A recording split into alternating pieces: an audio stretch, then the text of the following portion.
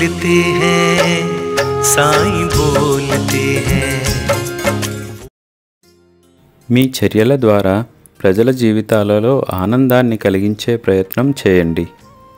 వారికి దుఃఖాన్ని కలిగించకండి. ఇతరులకు చిరునవ్వు తీసుకురావడానికి మీరు సానుకూల ఆరోగ్యకరమైన మానసిక స్థితిని కొనసాగించడం ముఖ్యం. మీకు వివిధ రకాల ఆలోచనలు తలెత్తవచ్చు, కానీ ఏ ఆలోచనను స్వీకరించాలో ఏది వదిలివేయాలో నిర్ణయించుకోవడం మీ నియంత్రణలోనే ఉంటుంది. అందువల్ల మీ మనసులో ఎప్పుడూ సానుకూల ఆలోచనలు కలిగి ఉండాలని నేను మీకు సలహా ఇస్తున్నాను. ఎవరి మనసులోనైనా ప్రతికూల ఆలోచనలు తలెత్తవచ్చు, కానీ కొందరు మాత్రం నిరంతరం నవ్వుతూ కనిపిస్తారు. దీని గురించి ఆలోచించండి.